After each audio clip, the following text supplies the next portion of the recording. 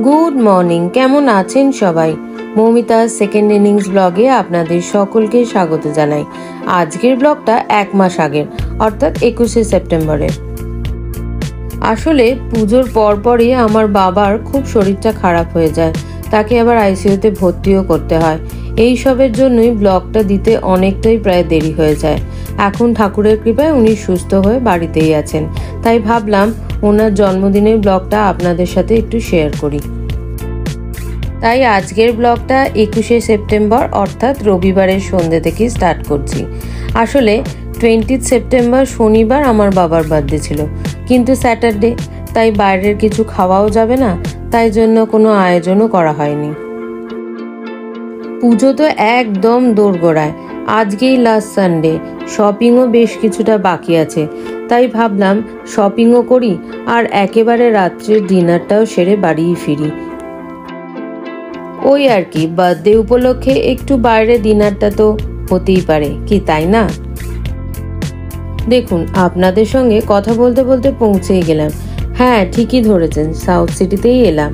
একই ছাদের তলায় যখন সবকিছু একসাথেই পেয়ে যাব, তখন আর অন্য কোথায় যাই কেন? ওই যে বললাম না, আজকে লাস্ট সানডে, পুজো তো প্রায় দোরগোড়ায় এসেই গেছে। দেখুন কি সুন্দর করে সাজিয়েছে মলটাকে, সুন্দর করে একটা প্রতিমাও বসিয়েছে, মনে হচ্ছে যেন এটাই একটা ঠাকুরের প্যান্ডেল।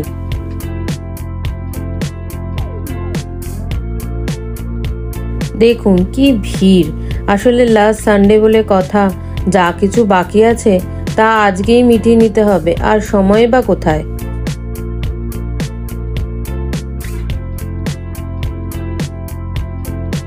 এদিকে আবার বার্থডে বয়কে বার্থডে গিফটের কথা জিজ্ঞেস করলে যথারীতি কিছুই কিনবো না, এই একই মতলব এঁটে থাকে প্রত্যেক বছর।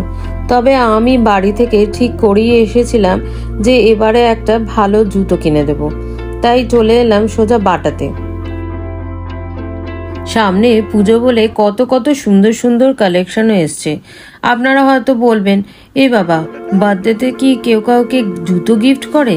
আসলে জানেনই তো বাবাদের ধর্ম, সারা জীবন আমাদের জন্য করেছে, অথচ নিজের জন্য যে একটা ভালো জিনিস কিনবে সেদিকে নজরই থাকে না।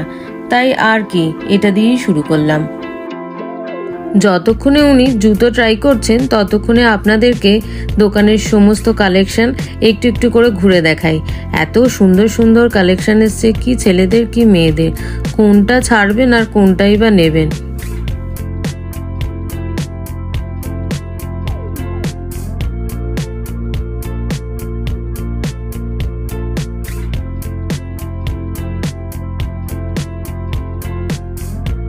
অবশেষে একটা পছন্দ হলো।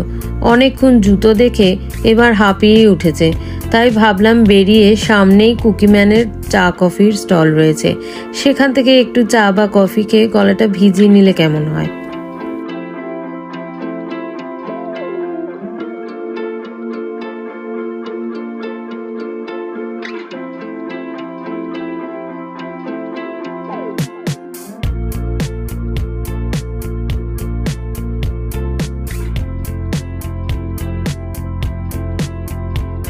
সামনেই তো পুজো, তাই ভাবলাম এখানে মান্যেবারও মোহের একটা স্টোর রয়েছে 3rd ফ্লোরে, দেখি না সেখানে গিয়ে কিছু কালেকশন পাই কিনা। অবশ্য বলতে পারেন একদম শেষ মুহূর্তেই এসছি। আমার হাজবেন্ড ও বাবার দুজনের জন্যই কিছু দেখব। অষ্টমীর দিন বাঙালিদের কি পাঞ্জাবি ছাড়া চলে? এদিকে তো আবার আমার হাজবেন্ড মান্যেবার বলতে অজ্ঞান। ঢুকতেই সুন্দর সুন্দর কালেকশন দেখে তো চোখ জুড়িয়েই গেল। এদিকে আবার পুজো শেষ হলেই বিয়ের মরশুমও শুরু হয়ে যাবে, তাই সামনে কারোর যদি বিয়ে থাকে তাহলে একবার এই স্টোরে এসে কালেকশনগুলো দেখতেই পারেন। এখানে পায়জামা পাঞ্জাবি স্টার্টিং কিন্তু মাত্র 2000 টাকা থেকে। পাঞ্জাবি, জহর কোট, শেরওয়ানি, মজরি, পাগড়ি, ব্রোচ কি না নেই, ফুল সেটও পেয়ে যাবেন। চলুন, আমি তো দেখছি, আমার সাথে সাথে আপনাদেরকেও পুরো স্টোরটা একটু ঘুরে দেখাই। এত সুন্দর সুন্দর কালেকশন দেখে আমার হাজবেন্ড তো বলেই ফেললো, আমাদের বিয়ের সময় যদি এরকম মান্যেবার থাকতো তাহলে একটা কালেকশন এখান থেকে নিয়েই নিতাম। যাই হোক, আমার বাবা তো আর নিল না, তবে আমার হাজবেন্ড এখান থেকে দুটো পছন্দ করে নিয়েছে। পাঞ্জাবির কালেকশন দেখতে দেখতে চোখে পড়ল মোহে, অর্থাৎ মেয়েদের কালেকশনও খুব সুন্দর সুন্দর রয়েছে। এখানে আবার ready to wire sari, lehenga, salwar set সবকিছুই পাবেন। দাদুর জন্মদিন, সঙ্গে তো নাতনি গেছে, তাই একটা শাড়ি ট্রাই তাকে করতেই হবে। যাই হোক, অবশেষে দুটো শাড়ির মধ্যে একটা ব্লু কালারের শাড়ি পছন্দ হলো এবং সেটাকেই ফাইনাল করা হলো।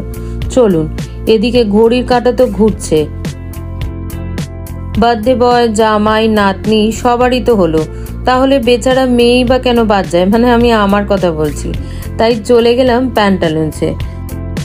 পুজো বলে কথা, তাও তো আমি শেষ মুহূর্তে এসে পৌঁছেছি।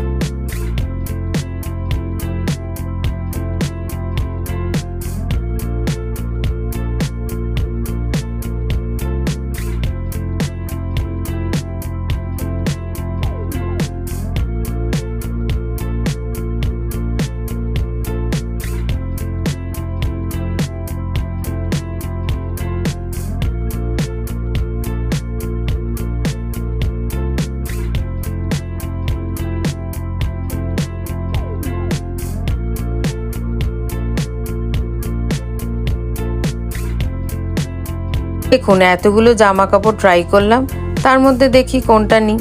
সাউথ সিটি থেকে যখন বেরোচ্ছি, অর্থাৎ আমরা যেখান দিয়ে ওলা উবের ধরি, সেখানে হঠাৎ করে চোখে পড়ল ছোট ছোট ভাই বোনেরা কি সুন্দরভাবে পেন্টিং করছে দেয়ালে। আর এত সুন্দর পেন্টিং, তাদের তুলির টানের মধ্যে দিয়ে কলকাতা ও কলকাতার ঐতিহ্যকে তুলে ধরছে। খুব সুন্দর হচ্ছে। এত সুন্দর পেন্টিং দেখে একটু থমকে দাঁড়িয়ে পড়লাম। তবে আজকে তো পুরোটা দেখাতে পারবো না, পরে যখন আসবো তখন দেখাবো পুরোটা শেষ হবার পর কতটা সুন্দর লাগছে। এদিকে ডিনারেরও টাইম হয়ে যাচ্ছে, প্রায় 10টা বাজতে যায়। তাই ভাবলাম সামনেই তো আর্সেনাল আছে, সেখানেই চলে যাই আর সেখানেই ডিনারটা সেরে নিই।